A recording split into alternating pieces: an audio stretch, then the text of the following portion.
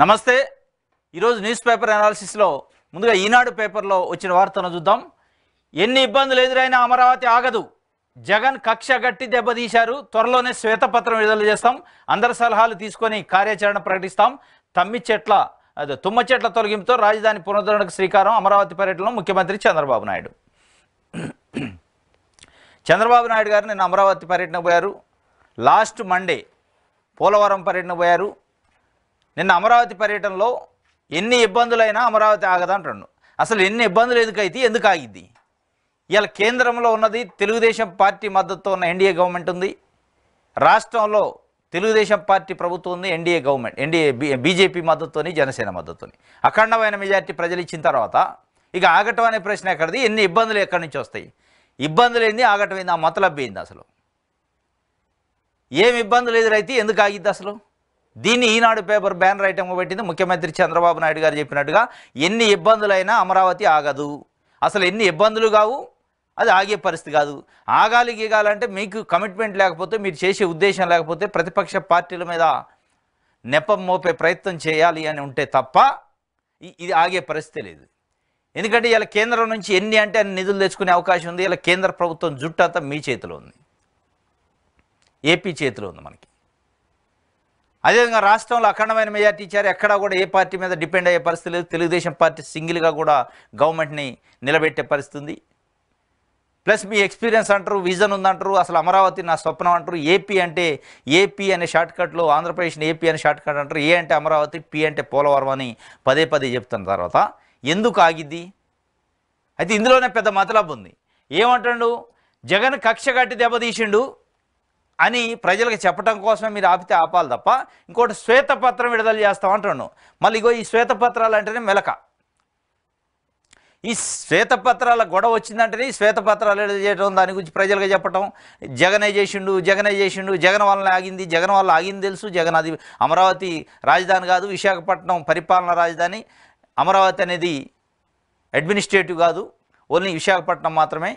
ఇది అసెంబ్లీకి సంబంధించిన రాజధాని, కార్యనిర్వాహక రాజధాని విశాఖపట్నంలో ఉంటుందని ఆయన స్పష్టంగా చెప్పిండు. వాళ్ళ స్టాండ్ అది. ఇక దాని మీద మళ్ళీ శ్వేతపత్రాలు. దేనికి శ్వేతపత్రం? అసలు వాళ్ళు గడిచిన ప్రభుత్వం ఇది అమరావతి మనకు రాజధాని కాదు, ఇది లెజిస్లేటివ్ అసెంబ్లీ మాత్రం, లెజిస్లేటివ్ క్యాపిటల్ మాత్రమే అని చెప్పి వాళ్ళు స్పష్టంగా చెప్పారు. ఇక దాంట్లో మళ్ళీ శ్వేతపత్రాలు, దాంట్లో మళ్ళీ ప్రజలకు చెప్పటం, మీరు పేపర్లలో రాయటం, టీవీలలో చెప్పటం, ప్రజలు వినటం. ఇది ఒక సినిమా నడిపిస్తారు ఒక 6 నెలల వల్ల. ఇదంతా టైంపాస్ వ్యవహారం తప్ప. ఇప్పుడు పోలవరం పోయి కూడా అదే అన్నారు. ఏం చేయాలని అర్థం కావట్లేదు. దీనిపైన కూడా శ్వేతపత్రం. ఈ శ్వేతపత్రాలు కాదు కావాల్సింది శ్వేతపత్రం కాదు, నిధుల పత్రం కావాలి, నిధులు వచ్చే పత్రం కావాలి. ఆ నిధులతోని అమరావతిని డెవలప్ చేయాలి, అటు పోలవరం డెవలప్ చేయాలి తప్ప మళ్ళీ ఈ శ్వేతపత్రాలు చేసుకుంటూ మళ్ళీ 5 ఏళ్ళు గడిపితే 2014 నుంచి 19 వరకు కూడా ఇదే జరిగింది. లేతే సింగపూర్ కన్సార్టియం కంపెనీ అని, అదని అని, సిఆర్డి అని, ఇటు తిరిగి అది కాలం అనలే. మళ్ళీ మీరు ఇబ్బందులు ఎదురయ్యేది లేదు. అంటే అమరావతి, పి అంటే పోలవరం అన్నాక, కేంద్రం మీ చేతిలో ఉన్నాక, రాష్ట్రం మన అఖండమైన మెజార్టీతో ప్రభుత్వం ఇచ్చిన తర్వాత, కేంద్రంలో ప్రభుత్వం ఏపీ గవర్నమెంట్ మీద, ఏపీలో ప్రజల మీద ఆధారపడి ఇవాళ ఉన్న తర్వాత ఇక ఎందుకు ఆగిద్ది, ఎందుకు ఇబ్బందులు వస్తాయి అనేది ఇక్కడ పెద్ద ప్రశ్న. ఇది చంద్రబాబు నాయుడు గారు శంకుస్థాపన చేసిన దగ్గర పోయి మోకరిల్లిండు.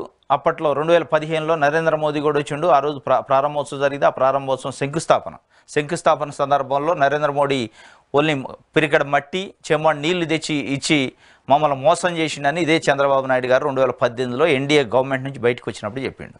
మళ్ళీ ఆ కార్యక్రమాలు ఏమన్నా 2028, 2027 ఆ ప్రాంతంలో ఉండే అవకాశం ఉందా? ఎందుకంటే ఎన్ని అడ్డంకులు వచ్చినా ఆగదు అంటాడు. మళ్ళీ అసలు అడ్డంకులు అనే ప్రస్తావన ఎందుకు వస్తుంది?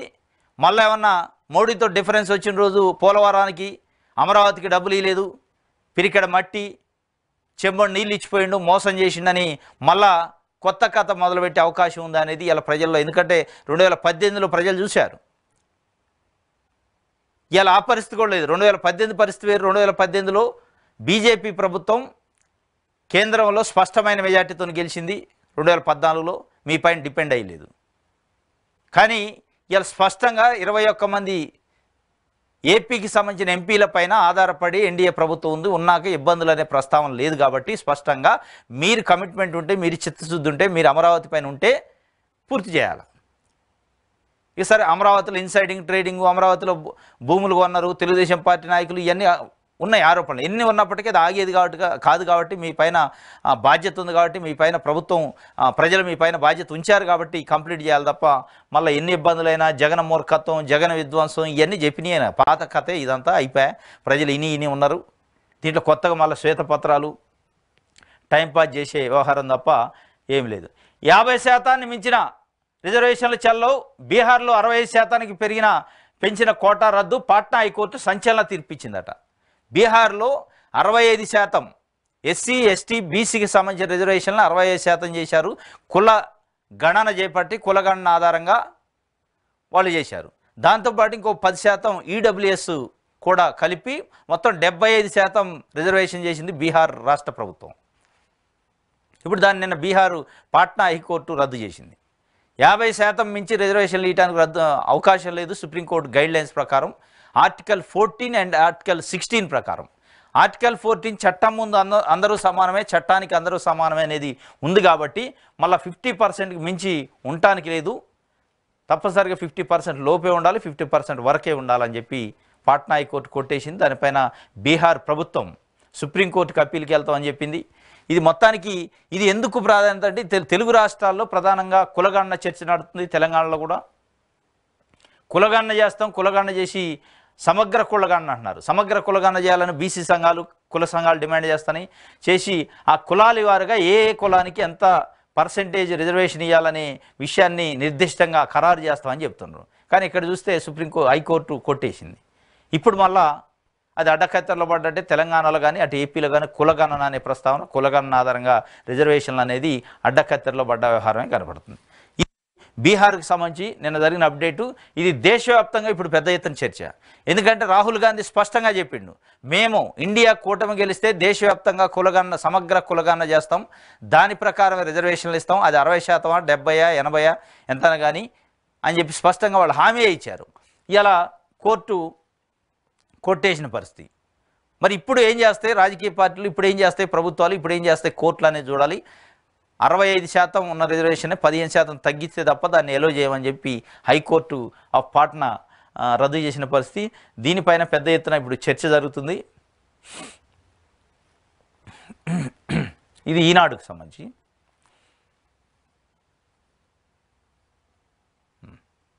దిశ పేపర్ చూద్దాం.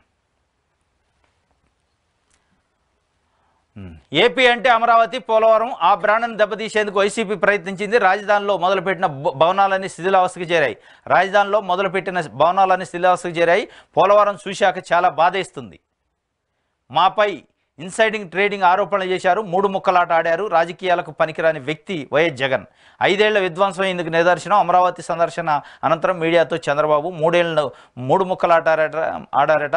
మాపై ఇన్సైడింగ్ ట్రేడింగ్ ఆరోపణలు చేశారు అంటాడు. మీపై ఇన్సైడింగ్ ట్రేడింగ్ ఆరోపణలు చేశారనే ఉద్దేశంతోనే జగన్మోహన్ రెడ్డి తిడతారా, లేదు అమరావతిని పూర్తి చేయాలన్న కమిట్మెంట్ ఉందా అనేది మనం ఇప్పుడు చూడాలి. మొత్తం శిథిలావస్థకు చేరిని, పనికి రాకుండా పోయినాయి అని కొంత అసలు ఏం చేయాలని అర్థం కాని పరిస్థితి ఉంది అని చెప్పే ప్రయత్నం అయితే చేశారు.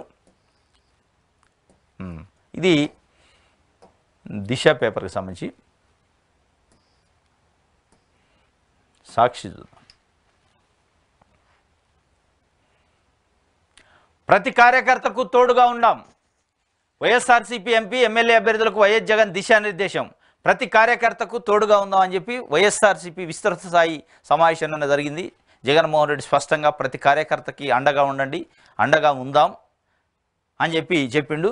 దాంట్లో భాగంగా మాట్లాడిన మాటల్ని ఇక్కడ రాశారు. స్థానిక సంస్థల్లో 4 ఏళ్ల దాకా అవిశ్వాసం కుదరదు, చట్టం నిరోధిస్తుంది. చట్టాన్ని మార్చి ఏదో చేయాలనుకుంటే కోర్టులో ఒప్పుకోవు.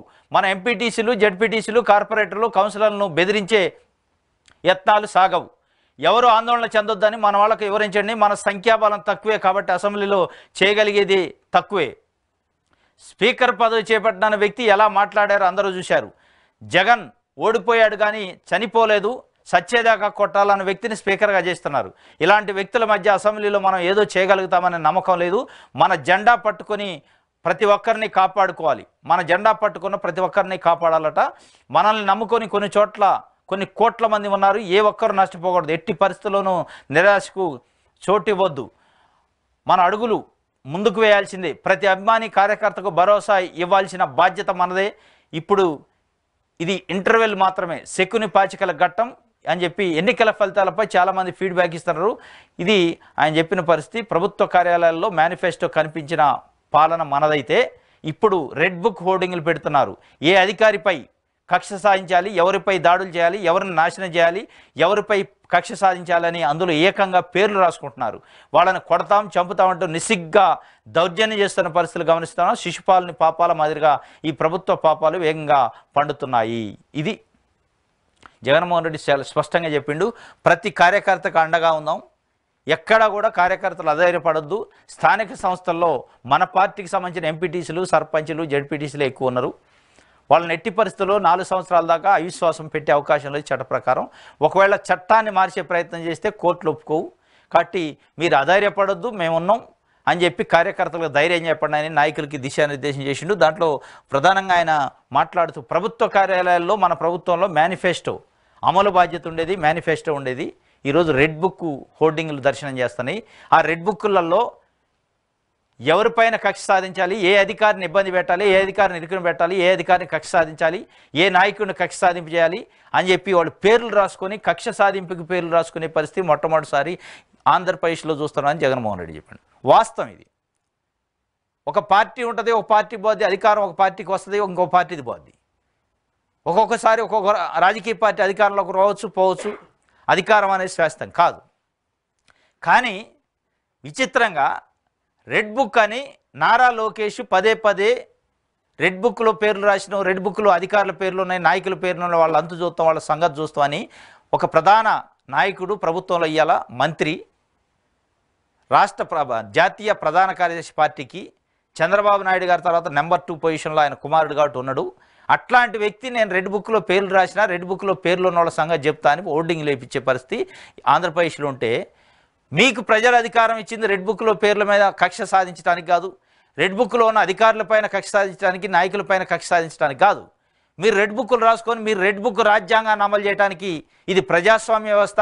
ప్రజలు మీకు అధికారం ఇచ్చింది మీ పుస్తకాల్లో ఉన్న, మీ రెడ్ పుస్తకాల్లో ఉన్న ప్రజాస్వామ్యాన్ని అమలు చేయడానికి, మీ రెడ్ పుస్తకాల్లో రాసుకున్న చట్టాలను అమలు చేయడానికి కాదు, భారత రాజ్యాంగాన్ని అమలు చేయడానికి మిమ్మల్ని కూర్చోబెట్టింది.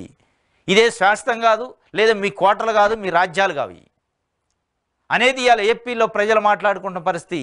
40% పైగా, 40% దాదాపు ఓటింగ్ పొందిన వైఎస్ఆర్సీపీ ఒకవైపు ఉంది, సీట్లు రాకపోవచ్చు అనేది వాళ్ళ వర్షను. 40% అంటే 100లో 40 మంది ఆ పార్టీకి కూడా మద్దతు ఇచ్చిన వాళ్ళు ఉన్నారు. మీరు రెడ్ బుక్లు భయపెట్టి అధికారులని, ఆత్మాభిమానాన్ని దెబ్బతీసి ఏం సందేశం ఇస్తున్నారు? మీ రెడ్ బుక్లు, మీ రెడ్ బుక్ హోర్డింగ్లు, మీ రెడ్ బుక్ రాజ్యాంగాలు చూసి, చట్టాలు చూసి మీ క్యాబినెట్లో ఉన్న మంత్రులు కూడా పచ్చబెళ్ళ దేశం పోయి టేబుల్ మేము పెడితే ఆఫీసర్ పనిచేయాలి, మీకు మంచినీళ్ళు ఇచ్చి ఛాయ్ పోయాలి, గౌరవించాలి, గౌరవించకపోతే తాట తీస్తానే ఒక మంత్రి.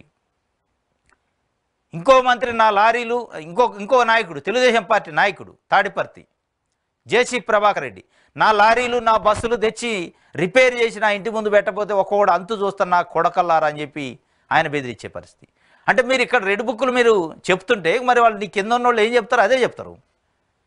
ఇలా మంత్రులు, ఎమ్మెల్యేలు, ముఖ్యమైన నాయకులు ఇట్లాంటి భాష మాట్లాడితే మరి కింద ఉన్న గ్రామ స్థాయి నుంచి నాయకులు ఎట్లా ఉండాలి, ఏ స్థాయిలో ఉంటుంది? పొద్దున్నలో అయితే మొహం చూసుకుంటూ ఉండేవాళ్ళు, ఇక ఏ రేంజ్లో కక్షలు కార్పణ్యాలు ఉంటుంది అనేది మనం అర్థం చేసుకోవాలి. ఇదే ఈనాడు పత్రిక, ఇదే ఆంధ్రజ్యోతి పత్రిక, ఎల్లో మీడియా అంటూ వైఎస్ఆర్సీపీ చెబుతుంటే ఎల్లో మీడియా పదే పదే వైఎస్ఆర్సీపీకి సంబంధించిన నాయకులు మాట్లాడిందని బూతు మంత్రులు, బూతు ఎమ్మెల్యేలు అన్నారు. మరి వీళ్ళని ఏమంటారు? ఇప్పుడు తిట్టిన మంత్రి అచ్చెన్నాయుడు కానీ, తిట్టిన తాడిపర్తి జేసీ ప్రభాకర్ రెడ్డి కానీ, తిట్టిన అయ్యన్న పాత్రుడు కానీ రేపో మా స్పీకర్ కాబోతాడు. వీళ్ళని ఏమంటారు? అంటే వీళ్ళ గురించి రాయరు. అదంటే వాళ్ళు మాట్లాడితే భాష పవిత్రమైంది, వేరే వ్యక్తులు మాట్లాడితే బూతులా? అంటే వైఎస్ఆర్సీపీలో మాట్లాడితే ఆ నాయకులు మాట్లాడిన బూతులు బూతే తప్పే. అది 100% అది ప్రజలు తిరస్కరించారు, ప్రజలు మెచ్చుకోరు దాన్ని. కానీ మీరు ఇలా ఎల్లో మీడియా ముద్రపడి మీరేం చెప్తుండ్రు? వాళ్ళు మాట్లాడిన మాటల్ని అదేదో అద్భుతమైనట్టు, అది అన్పార్లమెంటరీ కాదన్నట్టు, చాలా పవిత్రమైన సూక్తులు అన్నట్టు, దేవాలయాల్లో మాట్లాడే భాష అన్నట్టు మీరు కనీసం దాని గురించి ప్రస్తావించే ప్రయత్నం అటు తెలుగుదేశం పార్టీ మీడియా కానీ తెలుగుదేశం పార్టీలో నీతులు చెప్పే నాయకులు కానీ మాట్లాడలే. ఇది ఇలా ఏపీలో జరుగుతుంది. ఒక ఆయన రెడ్ బుక్ అంటాడు, రెడ్ బుక్ హోర్డింగ్లు వేస్తారు, రెడ్ బుక్ ఫ్లెక్సీలు వేస్తారు. ఇంకొక ఆయన పచ్చబిళ్ళలు పట్టుకొని పోవాలంటాడు, ఇంకొక ఆయన నా లారీలు బస్సులు తీసుకురావాలంటాడు, ఇంకో నాయకుడు ఆయన ఓడిపోయిండు కానీ చంపాలి జగన్మోహన్ రెడ్డిని, ఇంకా పూర్తిగా చావలేదు అంటాడు. అంటే ఏమి సందేశం ఇస్తున్నారు? కింద కార్యకర్తలు ఇంకా బయటికి రావట్లా, మీడియా స్థాయికి కింద కార్యకర్తలు ఇంకా ఏ స్థాయిలో రెచ్చిపోతున్నారు. ఇక కార్యకర్తలు అయితే ఏకంగా గ్రామ సచివాలయాల పైన శంకుస్థాపనలు ప్రారంభోత్సవాలు చేసిన గత ప్రభుత్వానికి సంబంధించిన స్టోన్లు, ఫౌండేషన్ స్టోన్లు పగలగొట్టడం, ఆఫీసుల పైన దాడి చేయటం, ఇళ్ల పైన రాళ్ళు వేయటం, ఇవన్నీ కార్యక్రమాలు చేస్తుంటే ఇలా ఎల్లో మీడియా, ఆంధ్రజ్యోతి, ఈనాడు పత్రికకి అవి చాలా మంచి పనులు లెక్క, ఒక ధర్మ పోరాటం లెక్క కనిపిస్తుంది వాళ్ళకి. ఇది దురదృష్టవశాత్తు ఏపీలో జరగడం అనేది బాధేస్తుంది. ఇది ఎక్కడ కూడా చంద్రబాబు నాయుడు గారు ఎక్కడ ఖండించట్లే, లోకేష్ గారు ఎక్కడ ఖండించట్లే రెడ్ బుక్ లేదు అని చెప్పి. ఇది పరిస్థితి.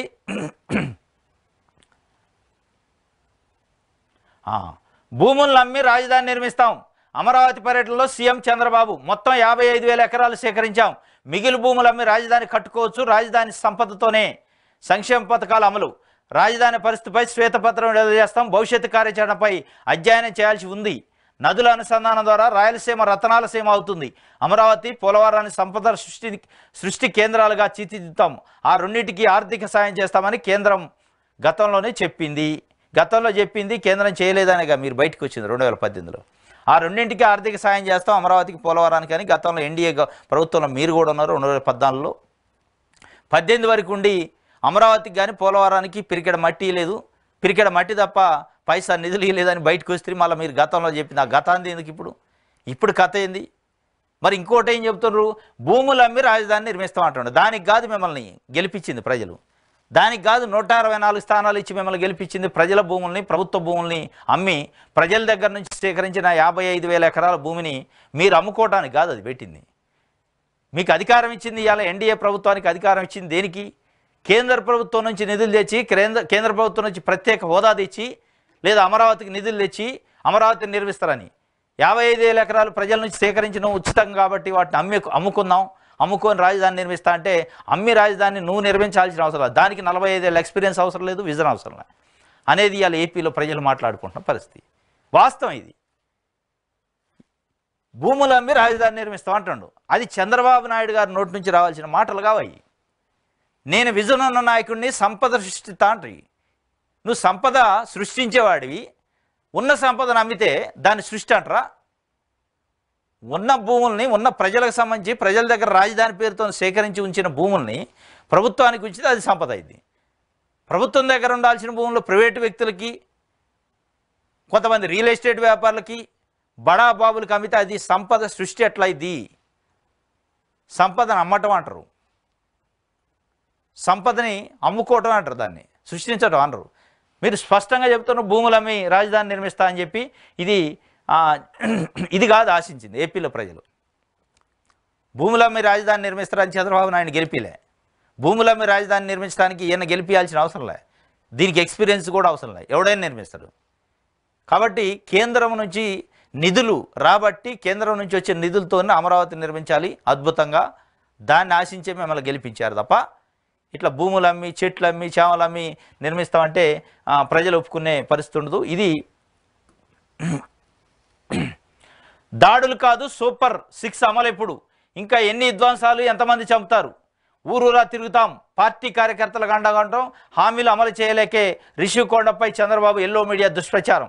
ప్రభుత్వ పర్యాటకుల అవసరాల కోసమే 7 భవంతుల నిర్మాణం, ఆ భవనాలన్నీ ప్రభుత్వానివే, వైఎస్ జగన్వి కాదని తెలుసుకోవాలి. 100 కోట్ల కార్యక్రమంలో 100 కోట్ల స్కామా. నిరుద్యోగ వృత్తి ఎప్పటి నుంచి ఇస్తారో చెప్పాలి. మేం ప్రజల మధ్య ఉంటాం, ప్రజల కోసం పోరాడతాం. మాజీ మంత్రులు కొడాలి నాని, రోజా, గుడివాడ అమర్నాథ్, సిదిరాల అప్పలరాజు, మాజీ ఎంపీ వంగ గీత, ఎమ్మెల్యేలు సుధా ధ్వజం ఎత్తారు. దాడులు కాదు మీరు చేయాల్సింది, రెడ్ బుక్లు కాదు మీరు చేయాల్సింది, లేకపోతే బెదిరించడం కాదు, అధికారులను బెదిరించడం, తాటలు తీస్తామని కాదు మీరు. ప్రజలకు ఏమి హామీ ఇచ్చారు? సూపర్ 6 అవి ఎప్పుడు అమలు చేస్తారో చెప్పండి. నిరుద్యోగ భృతి ఎప్పుడు ఇస్తారో చెప్పండి. నిరుద్యోగ భృతి పైన స్పష్టంగా చెప్పండి చంద్రబాబు నాయుడు గారు. నిరుద్యోగ భృతి ఇస్తాం, 20 లక్షల ఉద్యోగాలు క్రియేట్ చేస్తామన్నాడు 5 ఏళ్లలో. 20 లక్షల ఉద్యోగాలు అంటే సంవత్సరానికి 4 లక్షల ఉద్యోగాలు ఇస్తామన్నారు. సంవత్సరానికి 4 లక్షల ఉద్యోగాలు ఇస్తారట, ప్లస్ మళ్ళీ నిరుద్యోగ భృతి ఇస్తానన్నారు. ఆ 4 లక్షల ఉద్యోగాల సంగతి, 20 లక్షల ఉద్యోగాల సంగతి ఏది చెప్పాలి, నిరుద్యోగ భృతి సంగతి ఏది చెప్పాలి, ప్రజలకు ఇచ్చిన హామీలు మిగతా సూపర్ 6 అది గ్యాస్ సిలిండర్ కావచ్చు, ఉచిత బస్ ప్రయాణం కావచ్చు, 1500 రూపాయలకు మహిళలకు కావచ్చు, ఇళ్ల నిర్మాణం కావచ్చు, రైతు భరోసా కావచ్చు, వీటికి సంబంధించి అసలు విధి విధానాలు ఎక్కడ ఖరారు చేస్తున్నాడు కదా, దానిపైన చర్చ లేదు. గమ్మత్తు ఏంటంటే దానిపైన చర్చ లేదు. 12 నాడు ప్రమాణ స్వీకారం చేసి దాదాపు వారం 10 రోజులు అయింది. సూపర్ 6కి సంబంధించి ఈ రోజు వరకు చర్చ లేదు. లేస్తే శ్వేతపత్రాలు, లేస్తే జగన్ ఇది చేసిండు, జగన్ అది చేసిండు అని చెప్తున్నారు, లేదా జగన్కి సపోర్ట్ చేసిన అధికారులని తప్పియాలి ఇవి అని చెప్తున్నారు తప్ప ప్రజల గురించి, ప్రజలకు ఇచ్చిన హామీల గురించి మాట్లాడలే. ఇది ఒక వార్త సాక్షికి సంబంధించింది.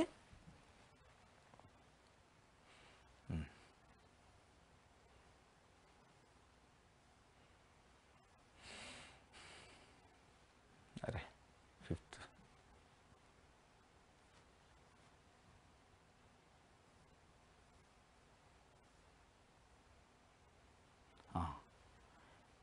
ఆంధ్రజ్యోతిలో చూద్దాం. ఆంధ్రజ్యోతిలో ఏమొచ్చినాయి?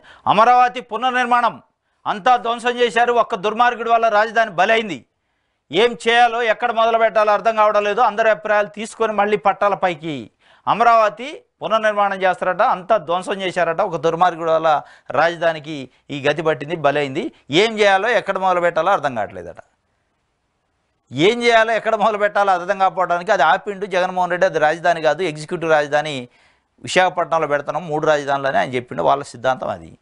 మీరు ఇంక ఏం చేయాలని అర్థం కావడానికి ఏముందో, ఎక్కడ పని అక్కడే ఉంది, మీరు ఆపింది అక్కడనే ఉందనుకోండి. ఇప్పుడు మొదలు పెట్టాలా, కేంద్రం నుంచి నిధులు తేవాలా, మొదలు పెట్టాలా. దానికి మళ్ళీ శ్వేతపత్రాలు, ప్రజల అభిప్రాయాలు. అంటే దేనికి ప్రజల అభిప్రాయం? అంటే అమరావతిలో రాజధాని ఉంచాలా లేదానే, లేదా రాజధాని వేరే దగ్గర మార్చాలా లేదానే. ఇంకా దీంట్లో ప్రజల అభిప్రాయం ఏంది, ప్రజలకి సంబంధించిన ఒపీనియన్ దీంట్లో ఏముంటుందిగా? మీ పార్టీ విధానం అమరావతి రాజధాని, అమరావతి రాజధాని ఒక ఎజెండా మీ దాంట్లో ఎన్నికల్లో కూడా.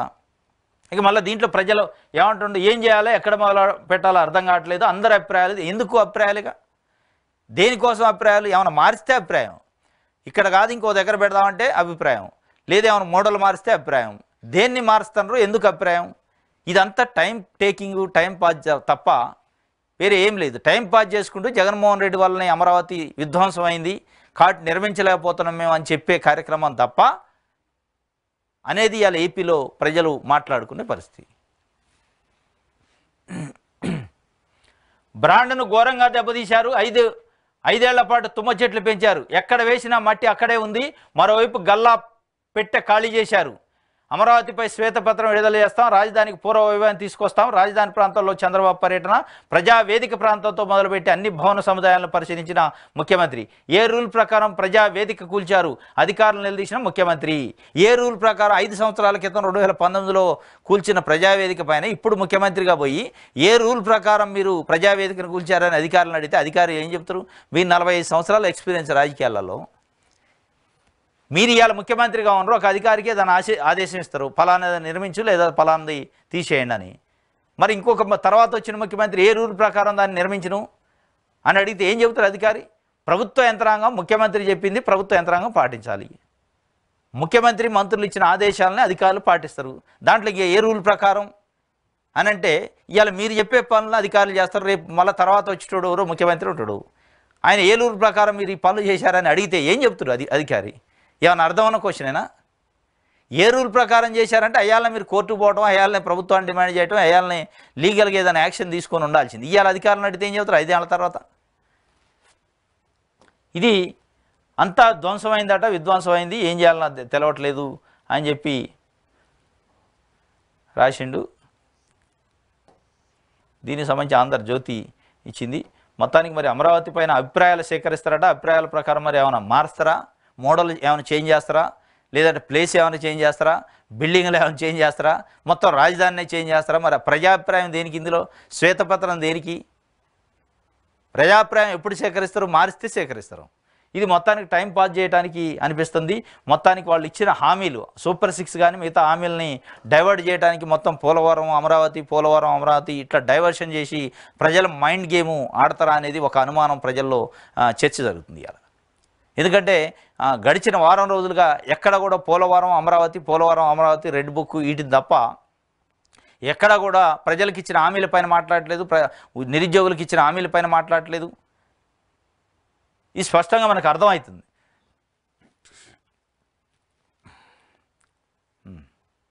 ఇది ఈరోజు ఏపీ వార్తాపత్రికలో వచ్చిన వార్తలకు సంబంధించిన విశ్లేషణ. రేపు తాజా వార్తలతో కలుసుకుందాం. Thank you.